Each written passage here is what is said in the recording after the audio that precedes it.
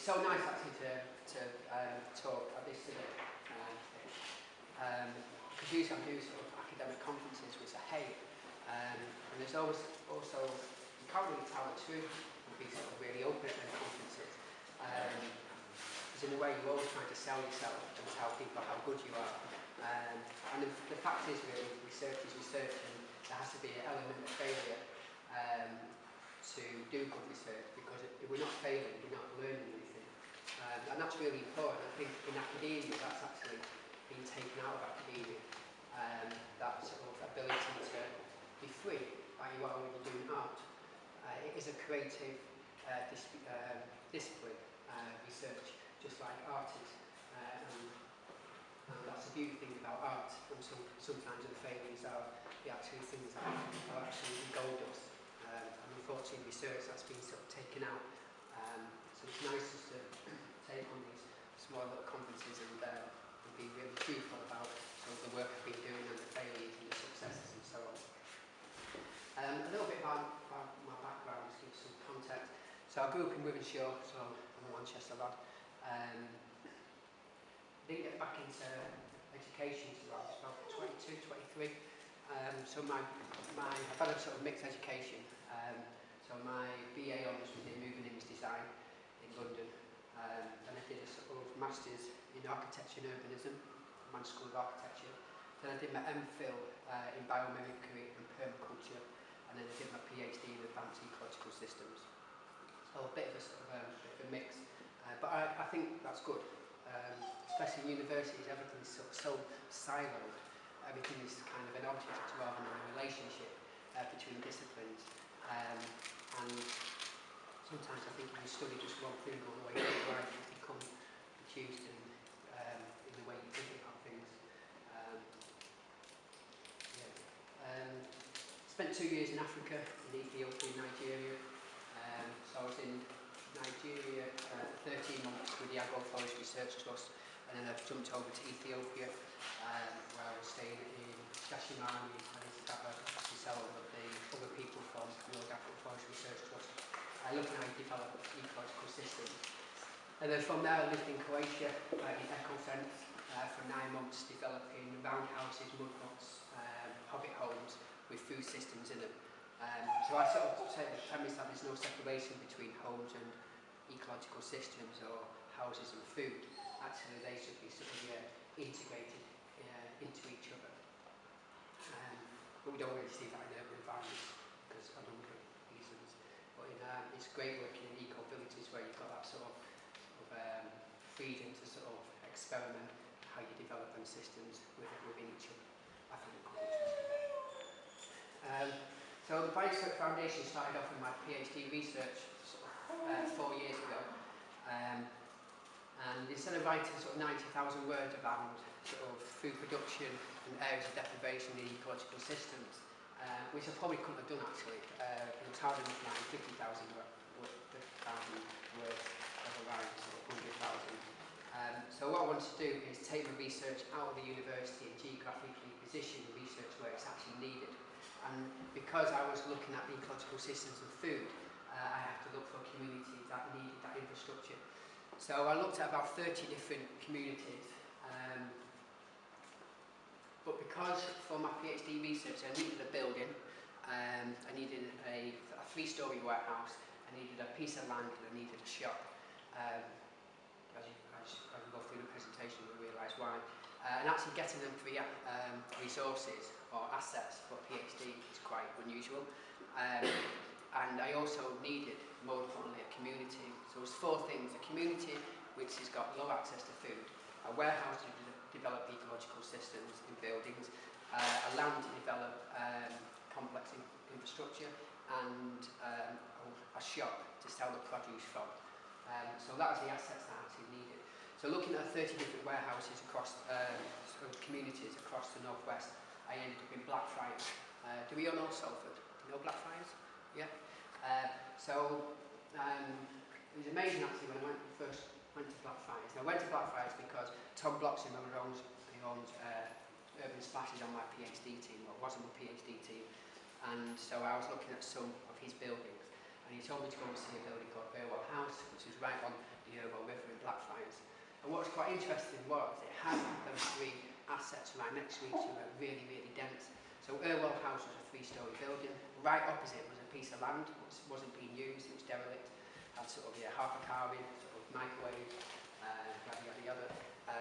And then right next to that there was a building, the vertical villages.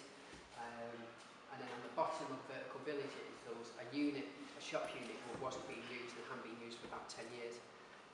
So just absolutely by luck I came across Blackfriars and took the building on. I thought this would be a great place to do the research from. So I started the Biospheric Foundation, which is a community interest company, and then the first project that the foundation has developed is the Biospheric project, which is in the warehouse. So what I'm interested in is sort of developing sort of design around whole systems. So looking at the sort of how the biosphere works and trying to sort of, and that's absolutely a massive system. The biosphere is the reason the Earth system where all life resides. It is the creativity between all ecosystems. It's all the living things that creates the complexity and therefore the resilience, adaptability, the ecological infrastructure that we all rely on. The food that we eat, the water that we drink, building materials that we use, everything comes from the biosphere through photosynthesis. It's amazing to think that through photosynthesis, the biosphere creates about 500 billion tonnes of starch every year to make sure that we can have the oxygen to breathe, to make sure that the Earth is cycling properly so we can develop all the creative stuff that we actually do. So the design methodology is about how the biosphere actually works, the interconnectivity between that. And then enterprise, I'm interested in sort of not just developing research, because I actually find that quite boring. Sat in a university developing research, papers sort of go on the shelf, you go 3 or 4 different countries, you do a presentation and it never really gets used. And that has to stop. We need to develop more action-led research. We need to take universities and actually put them within the city. The city is the experiment, not the university. The university is where you meet people who are sort of interested, but actually the real stuff goes within the city. That's where the experiment, that's where the interesting stuff's happening. Sort of getting a distinction on any course, it's good, but actually if you just sat in that silo doing nothing else, it really has an effect on the world, and that needs to be challenged. So the enterprise and the design is wrapped around the research, and that's quite important because when we think about cities need to become more adaptive, ecologically sound, sustainable, well, they have to work with city players. Unfortunately, you have to work within Manchester with the Bumwoods, the City Code, the urban splashes, because in a way these are the city makers, and also to the mayors and AGMA and so on. These are people who make decisions, and unfortunately, they're based on economics, cultural, climatic, biospheric, they're mostly about economics. And what research helps us to do at the foundation is to position some of the research, some of the projects we're developing from an economic point of view. So you go into urban splashes and say, look, you need to develop more ecological infrastructure. Well, there, first thing they say to you, well, how much does it cost and what's the output of it? And that's just based on economics. So by developing research, it helps the foundation themselves develop a kind of economic model for ecological systems to make sure Manchester at least is sort of trying to develop a more sustainable, ecologically sound city. To understand it, actually what you do is you push out lots of interesting and important elements, and that means you don't really get to the core root of problems. You just sort of slither a little bit off. And you see it now in AGMA with their sort of climate initiative around food production. They're just trying to look at sort of climate change in food production and what that actually means without taking everything else into account. So food production is a very important part of the Biospheric Foundation and the project, but we're more interested in ecological systems. When we speak about food systems, like an orchard or a raised bed or a meanwhile site, what we're actually talking about is a reduction of an ecological system. So does everybody know what an orchard is? Orchard, yeah, so just the fruit trees, yeah, lovely, needy. And does everybody know what an agroforestry system is? Yeah? Yeah? So? No? So what an agroforestry system is, they're native to Africa. So an agroforestry system is designing a food system based on the layers of a proper forest system. So in Africa, some of their agroforestry systems are 18 layers strong. They're very, very complex, dense, ecologically sound. And the output's not just food. The output is biodiversity, carbon store, a home for a massive array of birds, bees, and so on, as well as research. When the opposite of that is an orchard. An orchard is a food production system, so all it puts out is food, and it has little room for anything else. Another opposite to that is a monoculture system. So a monoculture system, as we all know, it's one field with one leaf crop, and it's basically pesticide heavy. It's managed by the pesticides. But the opposite of that is a kind of forest system, which is managed by the pest itself, or what we call pests. So it delivers an ecological system where everything else relies on everything else. When everything is connected, for better and worse, every single thing matters. And then when we take that out of an ecological system, and we do something like an orchard or a monoculture system, all we're doing is reducing the complexity. And that means actually the maintenance goes up, and the production goes down. And that really needs to be challenged. I'm not saying for 1 second all monoculture systems should stop tomorrow, because if they did, we would able to feed ourselves. But there has to be diversity in the way we grow food, either locally, regionally, or internationally. We need more diverse food systems. And to develop that, we have to think about sort of how technology is and how closed systems. So when I speak about closed systems, people know what I'm talking about. Ecological closed systems. So these closed systems started around the 1940s, and they were developed mostly for space travel. And they were developed for them because what we needed is a small amount of people in a small area, going to space so they could live. So very early on, these were developed with algae systems, and around the end of the 1940s, 1950s, they realised that algae systems with humans in them are not very productive. But actually, ecological systems are very productive, so trying to develop something which has more elements in it than a monoculture system or a orchard. So it mimics sort of what we find within nature. So when we go to space now, you've seen it probably on sort of load of ray of new films that have been coming out of our travel into space. You see that we have these big ecological systems within there, within, I've got that called, spacecraft. But that's part of their home, they have ecological systems within them, and that's very important because they need to survive. So it's quite interesting when we're in small little groups, we become actually very ecologically sound.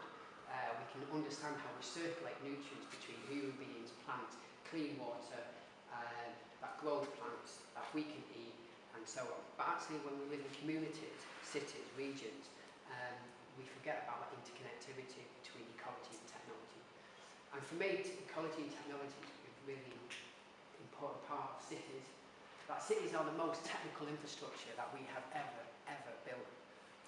They're amazing infrastructure and creativity and engineering ability and structural ability.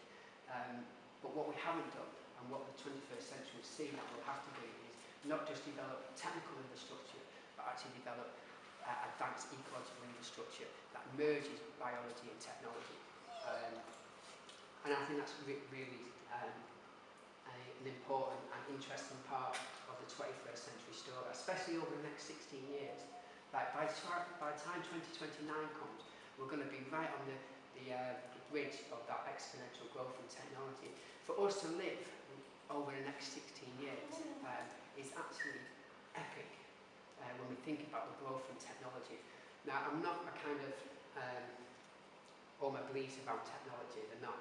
There's some really good parts of technology and some awful parts of technology, but to develop more ecologically sound cities, it's evident that we're going to have to develop technology and ecology and merge the two things together. And that really means like sort of connecting systems. So we're getting away from this kind of idea of an object and a relationship. And them two things are really, really important. So over the last sort of, I've just finished my PhD. I handed in 15th of September. Never, ever, ever again am I doing a piece of research that killed me. And it just wasn't enjoyable. I don't know why I did it. But what I did is, I'm interested in systems, but more importantly, what lies between systems and what goes beyond systems. So, for a 3-year period, I spent time with Martin Crawford, who runs the Agroforest Research Trust in Totnes. Amazing agroforest research. Has anybody been there? No. If anybody's interested in ecological infrastructure or complex systems, it's well worth going. He's got a massive amount of knowledge. He's got 3 agroforestry systems there. And amazingly as well, he's an academic, and he so should be. I recently emailed him and said, can you send me some papers? And he was just like, I do no papers, I'm a rebel. So yeah, but he's written a lot of books and so on, and he does these publications. His name's Martin Crawford, who runs the Agroforest Research Trust. So I spent sort of time with him looking at ecological infrastructure around agroforestry. Then I spent time with Steve Ross, Clive Edwards and Jim Fredderson, who developed vermiculture systems. I spent time with aquaponic enthusiasts and people developing aquaponic systems like Belfast University, Stirling University and so on. Anne Miller, who is a microbiologist in Scotland. She's been developing mushroom systems for about 15 years. Spent some time with Unicorn, looking at how their shop sort of developed and how successful their model is, and that was sort of great. So spend some time with them. So all the systems that I'm being really interested in, what I've done over that time is spent substantial amount of time with them, designers or experts, check out how those systems work, because what I want to do is put all the systems into a network. And what's interesting about all the sort of people I spoke to is they see their systems as objects, really. So when we see a tree in an urban environment, somewhere like Spinningfields, for example, they have like sort of these nice trees every 2 metres or something like that. That positions a tree as an object, and a tree isn't an object. It's a network, that it should be hyper interconnected into a system, and that system is based by fungi systems. Fungi systems are about 1 million years old in the biosphere. They're absolutely fundamental. No fungi systems, no forest systems. No forest systems, no us. It's as simple as that.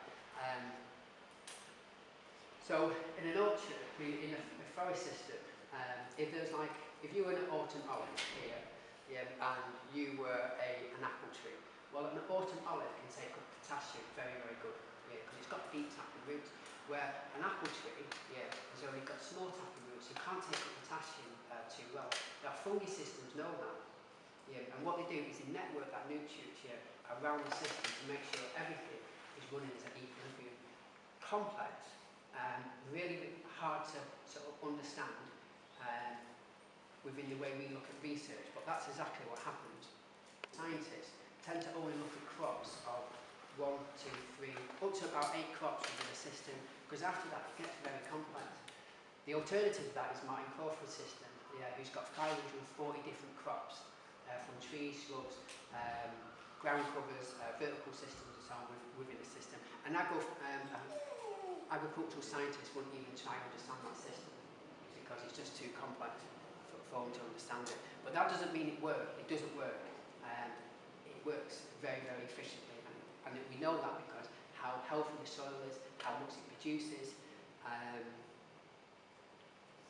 So I think what I'm trying to say is the split between object and relationship, the opposites. We have to get away from thinking things as an object. They are just a relationship. And when we put that within a city context like this, all we're doing is circulating nutrients around an urban environment. That's all we're trying to do.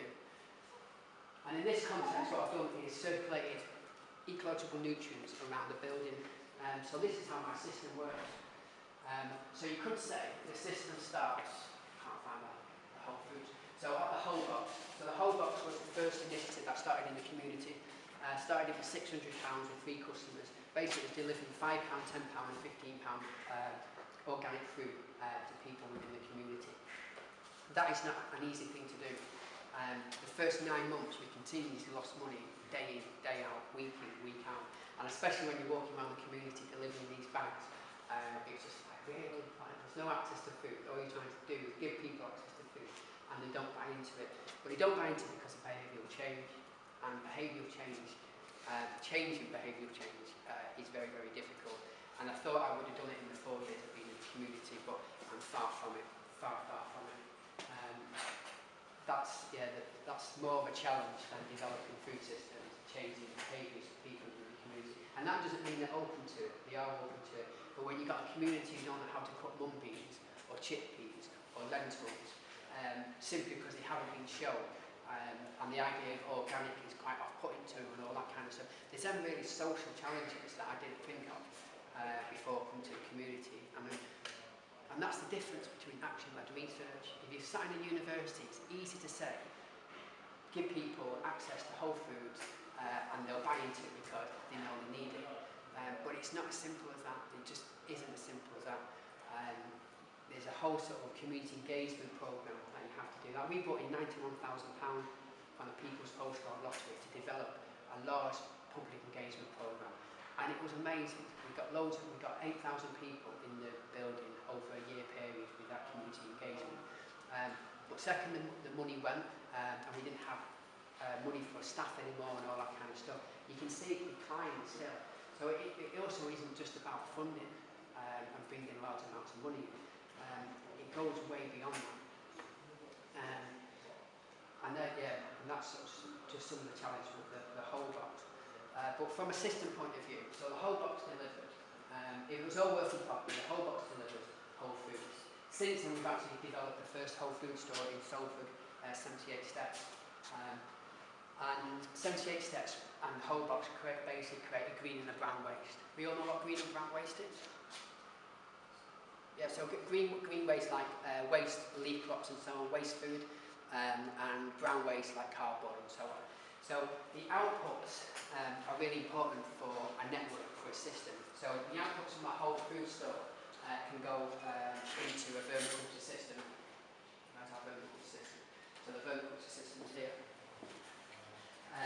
So we can take the green and the brown waste from the whole food store. We put the green and the brown waste into the vermiculture system. So we put 2 inputs in, and what we get is 3 outputs out, which is quite interesting. Nature has an amazing ability to create something from nothing, and that's exactly what it does here. So the green and the brown waste goes into the vermiculture system. The vermiculture system gives us worms, worm cast and worm tea. Worms self-regulate, so we put two worms together, because they're hermaphrodites, you can breed them up to about 100,000 worms. So you don't need a lot of worms to create a quite complex vermiculture system, which I just find fascinating that worms do that. And also if you stop feeding worms, what they do is they depopulate. So they self-regulate to the environment that they're in. Wouldn't it be amazing if humans could do that? We still haven't mastered that. So that's quite interesting about vermiculture systems. So worms get fed to the fish. The worm tea, when worms eat organic matter, they add an enzyme to it. The enzyme is connected to fertility within soils. So the worm tea will get sprayed on all our fruit trees, and the worm cast, which is a solid, goes into our raised beds. So what I'm saying is we try not to bring anything out from outside the system into the system, like a closed ecological system. We can't do that completely. Even the biosphere itself is energetically open, materially closed. So there is no closed system at all within the world that we know.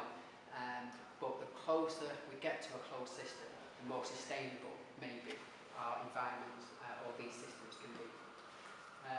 So the worm cast goes to the forest garden. The worm tea goes to the forest garden. and the worms themselves go and feed the fish. And then we feed the fish. So on the top floor of the Biospheric Foundation, we've got 12 fish tanks, 12,000 litres of water, circulating about 9,800 litres of water every hour around the building. So what we do is we feed the fish to the worm, and then the worms to the fish, and then from there we circulate the nutrients around. So basically by feeding the worms to the fish, we get nitrites and pneumonia, and then we circulate that around the building into different growing areas. And I've got some pictures later to show you. And then from there into the growing areas, we grow the food, and then the food goes back to 78 steps, and then the whole cycle then starts again. It'd be great if it just worked as efficient as that, but it doesn't at all. We have some major problems across all systems really. But until you do it, until you get there, until you actually build the infrastructure, done sort of structural engineering, taking all asbestos out of the building and all that kind of stuff, you can't really test this stuff. And I understand that we have been positioned as an urban farm, but we're not an urban farm. We're a sort of research centre, we're interested in ecological systems, and part of that is food production. But I think what's interesting about what we've done is we won't become established as the first true urban farm in the UK because there's too much failure in what we've done. But I think from the learning from my PhD and what we've actually done at the foundation, it gives other people, or even the foundation, a really good understanding. If we were going to develop a proper urban farm, we understand what is actually needed now, where 4 years ago we didn't really know, especially in a temperate climate and a northern climate. So, sorry, I don't know why that's not super. So that's sort of what the building. Who's been to the building? Yeah. So that's what the building looks like. So it's quite easy. So the 78 steps is here. So the reason it's called 78 steps is it's 78 steps away from the building. So we're trying to prove the point that you can do production and distribution within a local community. So the shop is 78 steps, 78 steps away from the building. Here's the forest garden. So basically the nutrients go from here to the forest garden, and the vermiculture system's here. The vermiculture system creates green and brown waste that get put into the forest garden and our raised beds. And then the worms get taken to the top floor, so this is our aquaponic system here. And then the fish create the nutrients which goes into our mineralisation system, so we sort of reduce the size of all the waste, we break it all down so the plants can take it up, and then from there we put it into we throw it over here, it's our vertical growing system, and then it gets put onto the roof where we have the polytunnel. And the polytunnel we can grow about 3,000 wheat crops every 30 days in when the nutrients are right and the solar capture is right and so on. So it's a way of taking on a three-dimensional asset and thinking about how you wrap ecology around it. Which personally I find fascinating, not just in this context, but actually from a city context of what's actually possible to develop ecological systems when we get away from that raised bed, meanwhile sites, orchards and so on, which are a very, very important part of our food growing systems and our community activism within our urban environments. But they're not the answer to developing ecological systems. We've gone way past that. So some of the methodologies that I've used for my research, especially developing the Biospheric project, were around cradle to cradle. So cradle to cradle is about upcycling. We all know what upcycling is? So upcycling in a basic sense, all our waste streams downcycle. So if you create something like a car, all the plastics from the car will be made for a bench. And that then, after that bench has been used, that bench then might be sort of melted down and used for something at a lower value. So what you're doing is you're downcycling all the time, and inevitably what happens is it's going to go into the waste stream, i.e. it's going to go into a landfill. And what we're trying to do, think about the Biospheric Foundation, we're not doing it, what we're trying to do, thinking about the Biospheric Foundation through the methodology of cradle to cradle, is upcycle everything. So upcycling a car, for example, the plastics in a car, if they were melted down, the plastics within that car can be used for a car again, or can be used for something of more of a value. But that's a massive task. You can do lots of methodology thinking around that, but actually it's a job of manufacturers to start thinking like that. And there's a number of companies doing it at the moment in America. Aeropreve is an amazing company who sort of creating products which is all and then can be all upcycled. And also they're developing stuff around food production, which is great. Biomimicry. So I spent a lot of time with what's his name now? Architect who runs Michael Polin. So Michael Polin is actually working with the foundation on a new project. We're about to develop 24 homes with ecological systems in. I'm working with him as one of the architects with BDP and Siemens. So biomimicry is a central methodology for the foundation. And resilience. Resilience is really important. I think resilience is getting thrown around like the new word of sustainability at the moment because sustainability has no meaning. So you hear even politicians now saying we need a resilient city, we need resilient this and resilient that. And the word is getting thrown around like sustainability and that needs to be challenged. What's the great thing about resilience is there is a core methodology to resilience around ecological systems, around engineering, social systems and so on. Something that we didn't have within sustainability. So that's why everybody uses the word sustainability. For example, you might be going down the motorway and there's massive lorries or something like that and they'll have sustainable transport. There's nothing sustainable about transport at all. It's just a word that gets used. But resilience is very different. There is a core methodology around it, and within an ecological system, it is around about density, diversity, which creates a platform for sort of closed systems. So there are three methodologies that we use at the foundation. New revolution is underway, once again ignited by resource constraints, but this time with economics and accountants leading the charge, alongside activists, engineers, scientists, business leaders and politicians. We call this revolution the Biospheric economy, and the evidence suggests that it will be as profound in its impact as the original industrial revolution. The critical difference, sorry, my reading's terrible. The critical difference that this time the economy will be working along the greatest line, say, rather than against it. And that is true. What's starting to new thinking. We're not implementing it at the moment, or there's a few good organisations like BioPlus and Metabolic in Netherlands who are actually developing these closed system communities.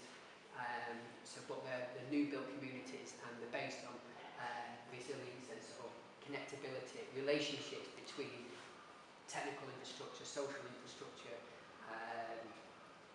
which is a really a paradigm shift in the way we think about our communities, which is going to be an important sort of method of thinking going into the future. Sorry about my movements. You can tell how hard my PhD was. So living systems, like this is sort of the stuff I'm really interested in, of how the biosphere actually works and the complexity of it. And actually sort of not being afraid of that complexity, but actually jumping into it and feeling that a little bit out of control within it, and not really realising how it all connects and how it generates everything. Now that's really important for research and creativity. Like, imagination is a lot more powerful than knowledge. Like, knowledge is what we have right this second. We know something. But imagination, as artists, you know this, like it's so much more powerful. Einstein said knowledge is important, but imagination is a lot more important. Imagination is the creativity. Knowledge is what we actually know right now. And using knowledge of past context to think about how ecological cities will evolve, or how we develop in cities, you won't get very far because we continually failed, unfortunately.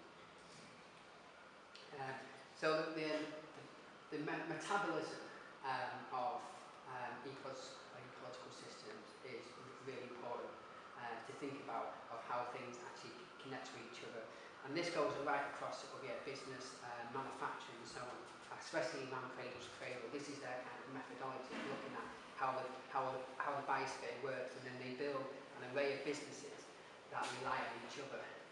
So for example, a perfect business, thinking about sort of based on biological metabolic, would be something like organic mushrooms. So there's lots of stuff going on at the moment with organic mushrooms, and what's great about it is the way they transfer nutrients from one business to another. So for example, we can take coffee, from Costa Coffee, for example. A coffee house spends about £82 a week getting rid of their waste coffee, and the coffee goes where? Exactly. Okay, so we're taking out a really important nutrient from the city and banging it into landfill. Just stupid thinking. What we could do is we take that coffee and we upcycle it. We upcycle it to an organic mushroom. So we can take the coffee, bring it to a facility, and we grow mushrooms from it. But what's interesting in that relationship is it stops going to landfill. But also we can get paid for that nutrient. So coffee houses are happy to pay you the £82 a week to get rid of the coffee. And why would they do that? And why don't you have to cut under? Because they know it all goes to landfill. So if they've got a PR team who can say, look, we're giving our waste coffee here, and that's creating local jobs, local resilience, it's ecologically sound, producing mushrooms and so on. Like, understanding the partners within that makes it easier to actually develop a business. And then we take the waste coffee and we grow organic mushrooms on it. And then you sell the organic mushrooms to like Simon Rogan or Dave Fox. Simon Rogan at French, Dave Fox at Tamco Pole, for example. And the reason they would buy the mushrooms off you at either the same price of buying them or actually dearer is because the PR of it. For example, I can't say the restaurant, but one restaurant I know, they've got 6 sites, spends in London and Manchester, spends £96,000 a year importing mushrooms from China. It's highly unsustainable, but it's all based on pesticides and so on. So what we can do with that is we get them to the restaurant takes the mushrooms off us. They do some really good PR, and what you end up with is after producing mushrooms on a substrate like let's say oyster mushrooms. Where would your waste go to then? Well, your waste would go to somewhere like the Forestry Commission. Oyster mushrooms are one of the best decomposers of wood within a temperate climate, with the climate that we've got. So that's why you see oyster mushrooms in all young woodlands, forest systems, mature woodlands and so on, because they belong to they're there for a very good reason. That's decompose the wood matter over seasons, which creates fertility. So every time you're planting a fruit tree, it's a very good idea to plant it with spores from an oyster mushroom, for example. And that's an interesting way to develop a nutrient around economic, social, ecological, cultural and biospheric outputs within an urban environment.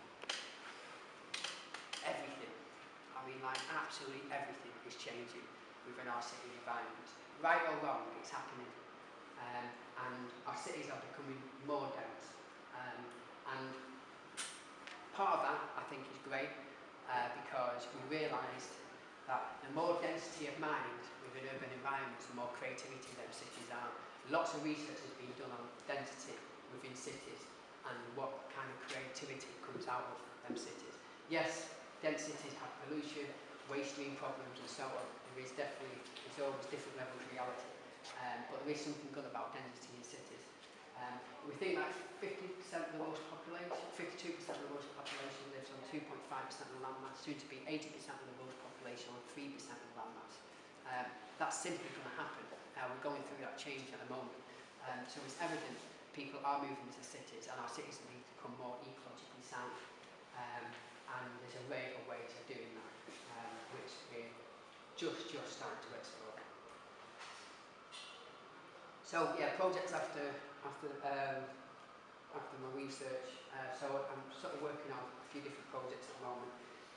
So Magicosm is a new project I'm working on. So we set up a new company a year ago called Magicosm, which is an LTD to work with Biospheric Foundation. We're working with Siemens, BDP Architects, Michael Pauling on the build. We're just going through planning at the moment.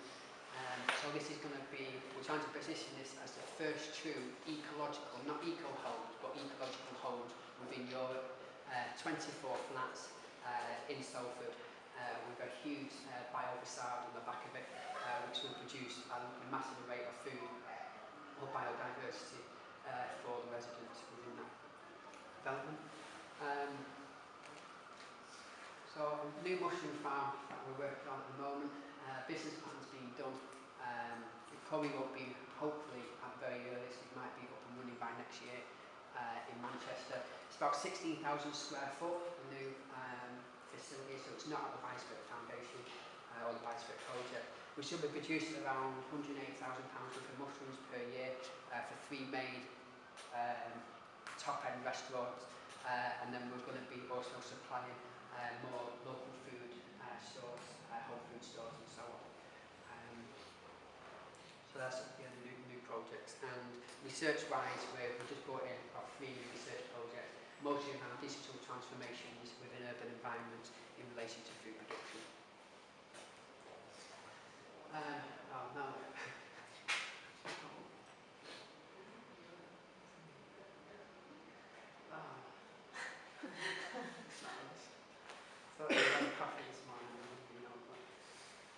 I'm just going to quickly show you some pictures of the building. So this is the building I took on.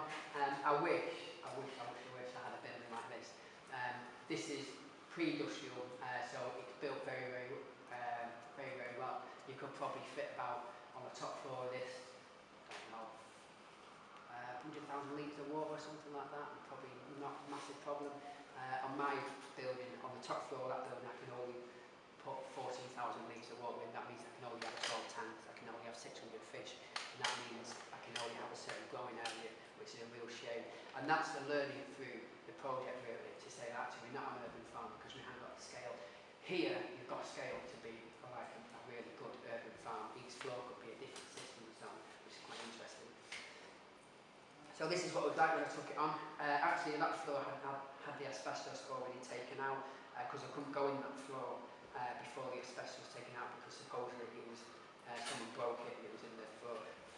I hate to think that people. Supposedly gypsies went in and took all the copper out and took all the radiators out and all that kind of stuff. But there was asbestos in there, so I just have to think what happened. So that's the forest garden outside. So it was just disused. I cut a lot of it back by then, but there was just like microwaves and washing machines and needles and half an engine and all that kind of. It just wasn't used at all. That was the roof space. It was a kind of cellar for me, getting on the roof.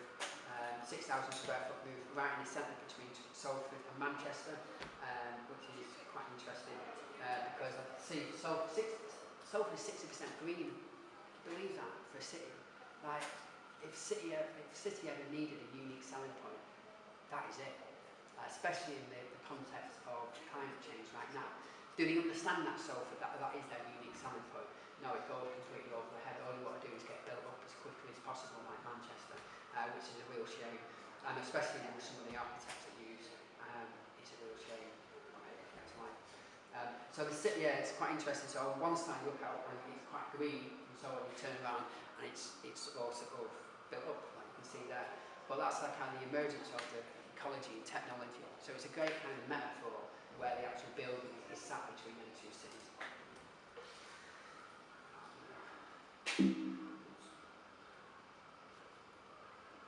That's the first whole box we started within the community. So just basic fruit and veg.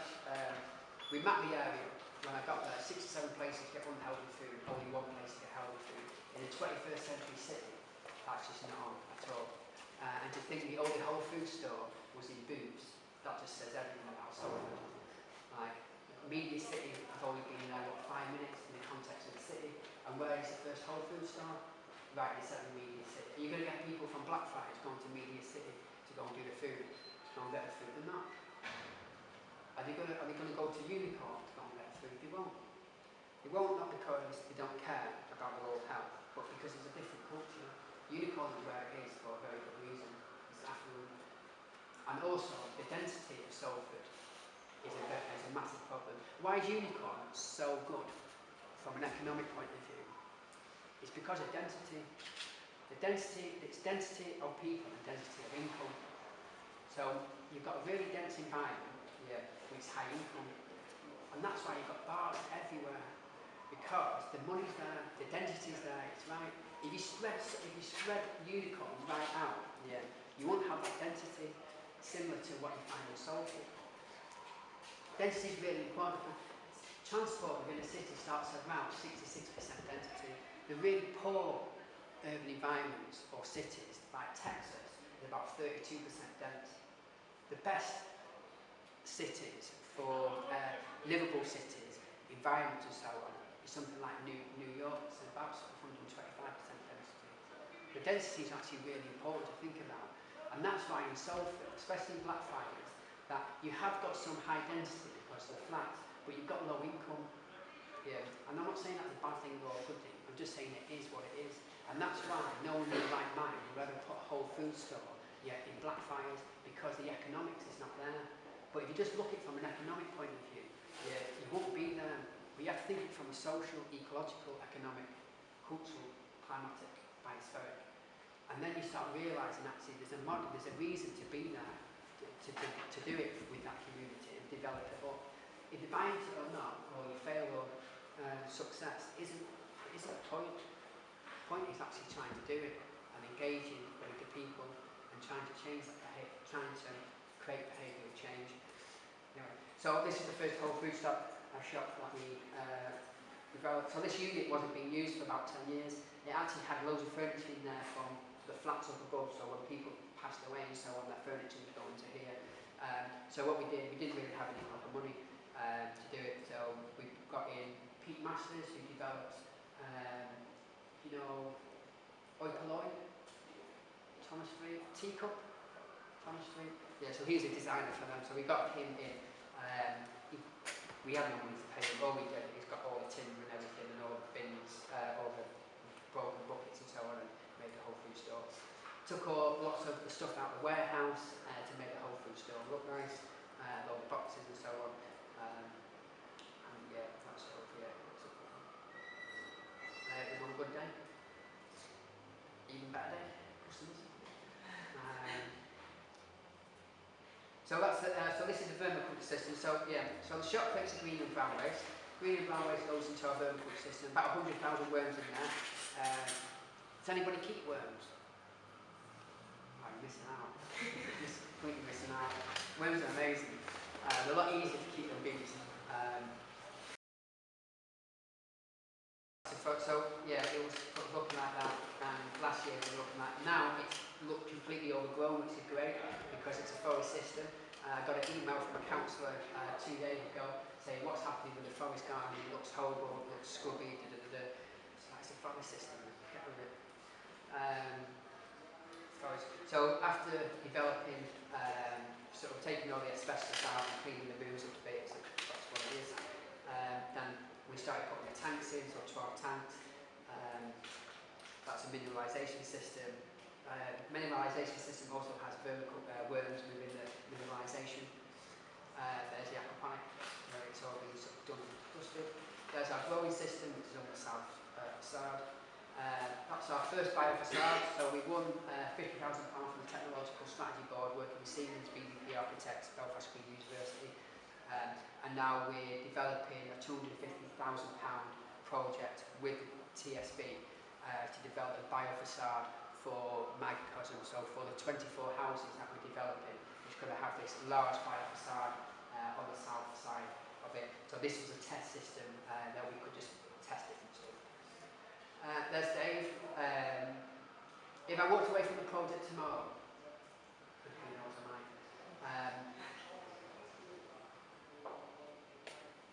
After everything that's happened, just working with someone like Dave. So Dave won't mind me saying this, but I met him about 3 years ago. His son just died. Only about a year old. He'd been in hospital for a year with lung and heart problems, and he was so depressed. To a point where I met him and he wouldn't look at you in the the eye at all. He'll just sort of speak to you sort of downwards and so on. Just like, you know, that depressed sort of structure that people have. And I've been working with him now over 3 years. Now he's our head urban farmer. And he looks after all the systems, the chickens, the bees, the vermiculture, agroforestry, and the whole range of different stuff. And his whole persona has changed. He's sort of walking around telling me that I haven't done things and I need to get things done, and we've got people coming in and all that kind of stuff. And that change for me has been absolutely amazing to see. And it's just around using ecological systems to engage people within their community. So it goes way beyond sort of getting Siemens, BDP and all that kind of stuff involved, which is great. But just working with Dave and seeing that changing, it's been great. But that's our roof garden. So this is, a roof, polytunnel, 6,000 square, 26 metres, grow about 3,000 leaf crops in there in full production. That's it in full production, so that's me, Dave, Ben. This was last year, just harvesting all the leaf crops as chickens. So they're on the roof. We get around about 50 eggs a week from them. We've got 8 of them now, and they want to, like, they're living a life. Like, they've got 6,000 square foot roof space, and they just like toddle around, and that's their space. The vet comes to see them every 3 months or something like that, and just say they're so happy. And we know that happens because how much eggs they're laying and so on. So yeah, it's great to have them on board. Siemens give us about £150,000 to develop the technological systems, so we can monitor all the systems, so we can monitor like the pH, water flow, fish density, nutrient flows, all different kinds of stuff within the aquaponic system, what helps us develop an economic model for the systems. Some stuff on mushrooms. So I personally did this, a really rudimentary sort of research on mushrooms. So over 14 months I developed, over 18 months I developed 1,400 mushroom bags with no infrastructure in there. So all we're doing is growing mushrooms on different substrates, hardwood chips, softwood chips, paper, chaff, coffee, and just seeing what was actually possible.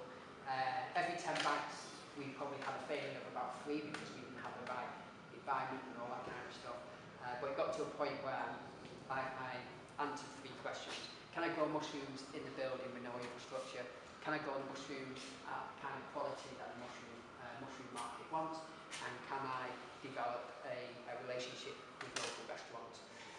So how I did that was we tested a load of mushrooms, got to a point where I knew exactly how to grow the mushrooms. Then I phoned Tampopo and Dave Fox and Simon Roman from the French. Said, look, we can grow organic mushrooms within a mile from your restaurant, and we could do it at scale if we could get the market for it. So what they did is they organised their head chefs and them to come over. So a day before the mushrooms were ready, we rang the restaurant up and said, hey, come over, we're ready to you to come and taste the mushroom. We didn't put it off the substrate, so we asked the restaurateurs to come and the head chef to actually cut the mushroom off the substrate, so they knew that we actually grew them on site. And then they used our kitchen cook too, and they both said they're the best mushrooms that they've ever tasted. So quite rudimentary research, but it was evident that we did have a market to grow mushrooms in Manchester.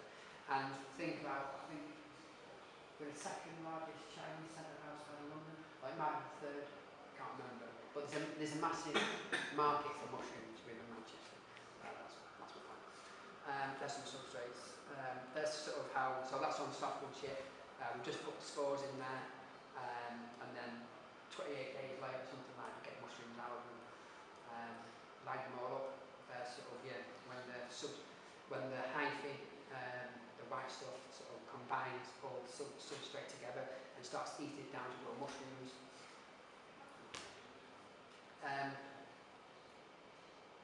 So yeah, that's it from me. But I thought then we could have I went on a bit then. Sorry. But if you want to have a bit of an answering question, I'm happy to do that. If you've heard enough from me, I'm happy to walk away. Yeah. What other unusual things can you grow mushrooms in? I know you can grow it in store and stuff. Is Like, yeah, paper. There is definitely other substrates. Like, one of the biggest producers in Europe of mushrooms, or button mushrooms, is Ireland. And Ireland do it all on coastal Europe.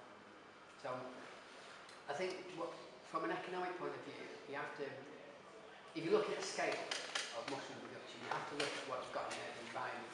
So you couldn't grow oyster mushrooms in hardwood chip at a volume, because what you'd have to do is you'd have to cut down hardwood chip to grow the mushroom, and because you need the substrate to be absolutely spot on, you simply couldn't have a mix of hardwood chip and softwood chip. So inevitably you'd have to cut down oak trees, for example, to create, and obviously that's highly unsustainable.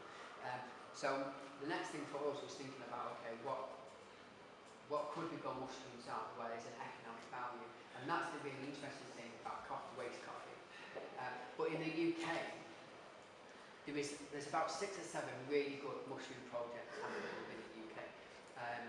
Some of them developing mushrooms in boxes, which get sold in supermarkets, the guys in Totnes. Humongous Funders in Wales, they grow mushrooms, but they do medicinal oils with them, and they sell that back to China. There's some really interesting projects happening, but what we haven't got is a substantial mushroom farm happening within an urban environment. And I think that's down probably to do with nutrients and the complexity of it. So the business plan that we've got for the mushroom production, on paper, it's quite easy. You get mushrooms from a coffee house, you go, inoculate them with spores, you grow the mushroom, you sell the spores off. But actually, it's quite difficult because the way coffee houses work, you can't have a contract with someone like the French to deliver them a year of mushrooms, and then just once, one plastic spoon gets put into the coffee mix. You take that coffee mix, because you deal it on volume, and next thing there's there's plastics within your process, and that's the really difficult thing to sort of iron out, and that's one of the things that we're trying to deal with at the moment with the coffee houses. If we're taking volume of coffee, and I mean it's a massive amount of coffee that we're taking, how do you actually make sure that we're getting the coffee out there in the right conditions so we can grow mushrooms on it?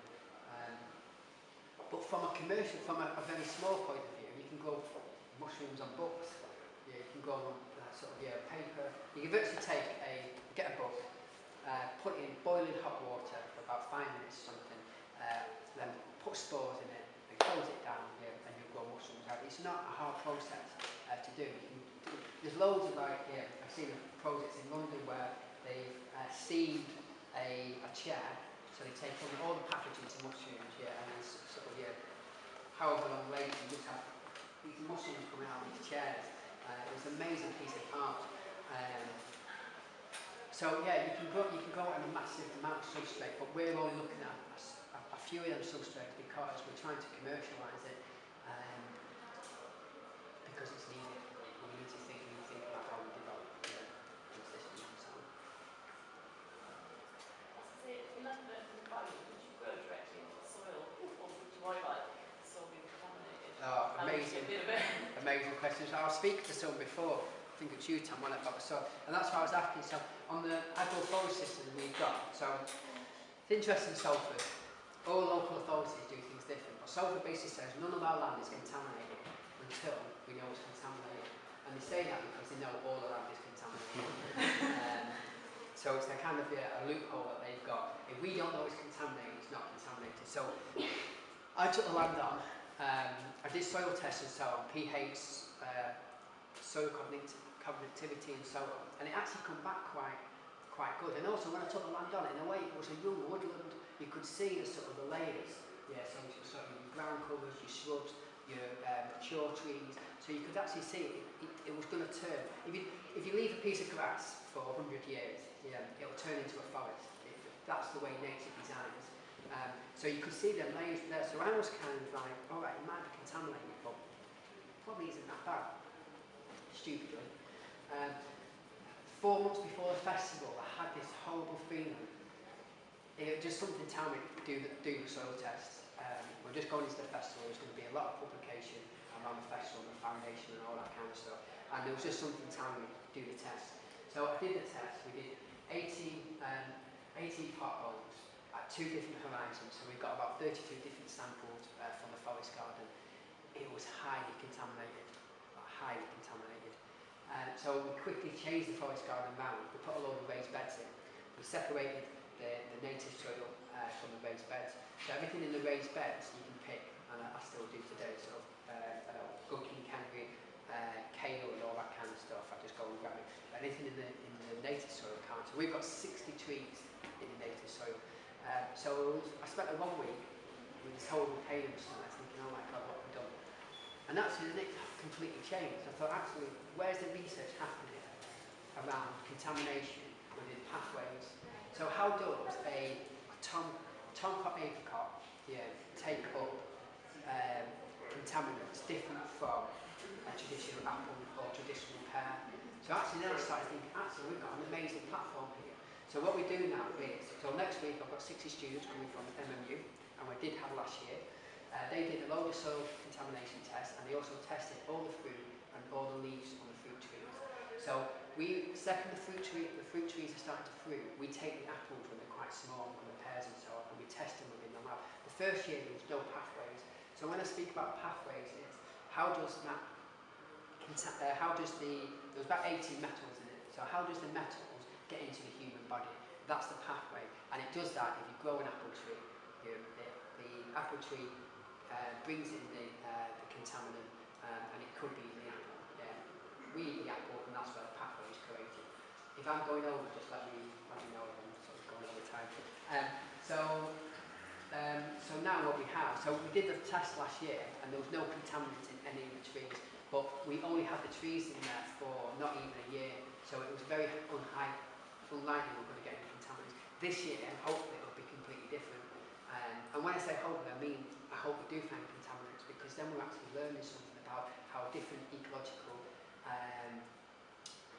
objects and relationships take up contaminants.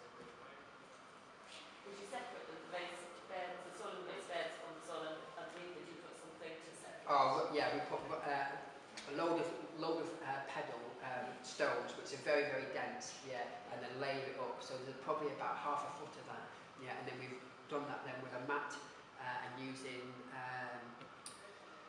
Hennessy bags and so on, and then putting a load of organic matter on top of that, and then our clean soil. So there's a complete, there's no connection between the two things, So is there any way of decontaminating soil? And how would you? Developing advanced ecological systems within land will decontaminate it. So forest systems are very good at taking contaminants out. But Paul Stratton, who is an amazing innovator, thinker, researcher into and he's probably the world-leading authority on looking at bioremediation projects within urban environments by using mushrooms. So these mushrooms that actually can take oil out of the ground and lots of different chemicals and all that.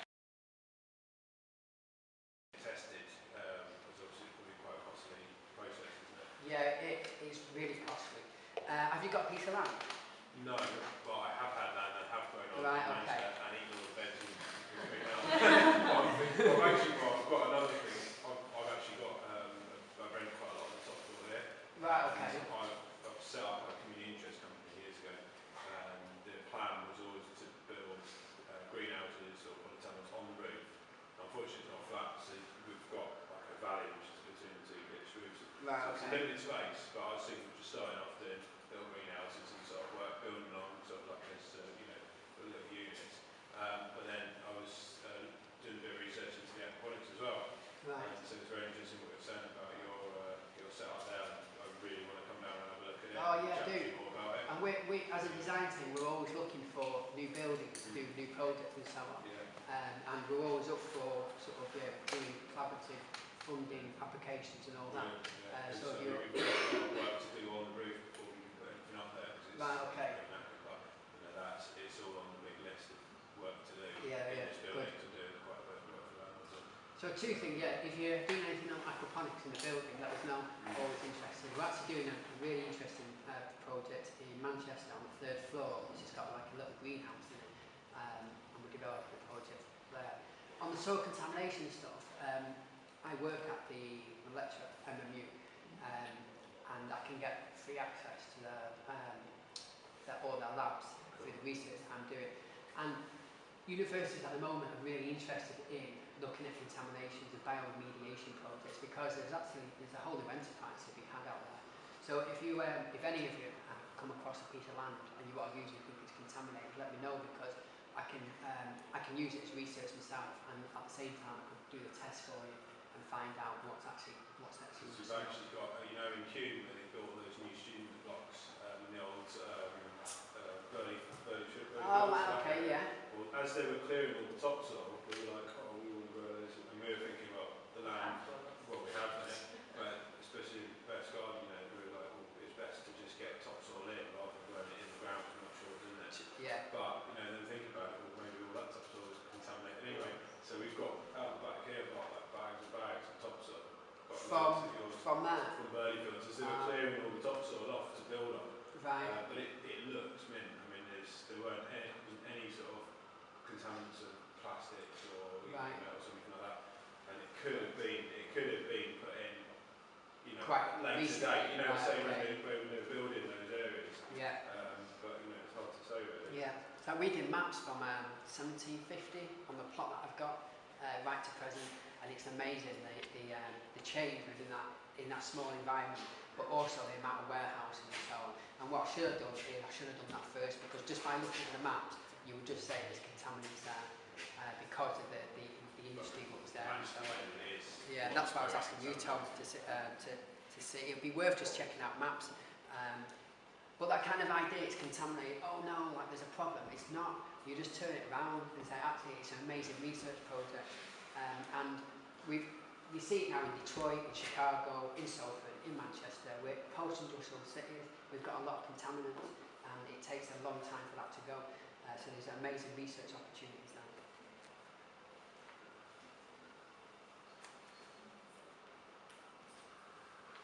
All good? Yeah? Sorry, I went on a bit. But no, sorry. How would we get in touch with you if you wanted? I've got a car, I'm just going to...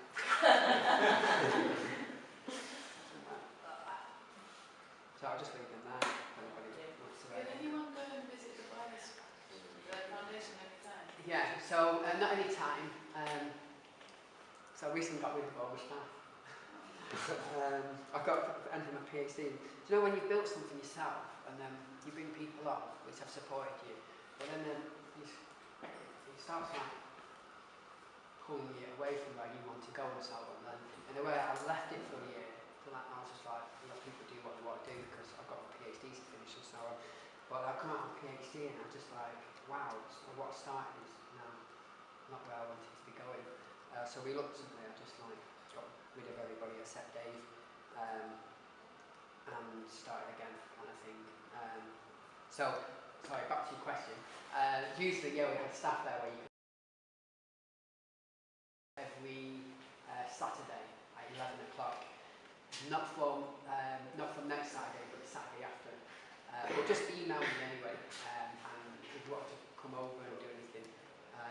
And if any ecological infrastructure could go in here, I'd love to hear from you. Amazing project amazing building doing a project in. So thank you for coming out today, listening to me, Rabbit.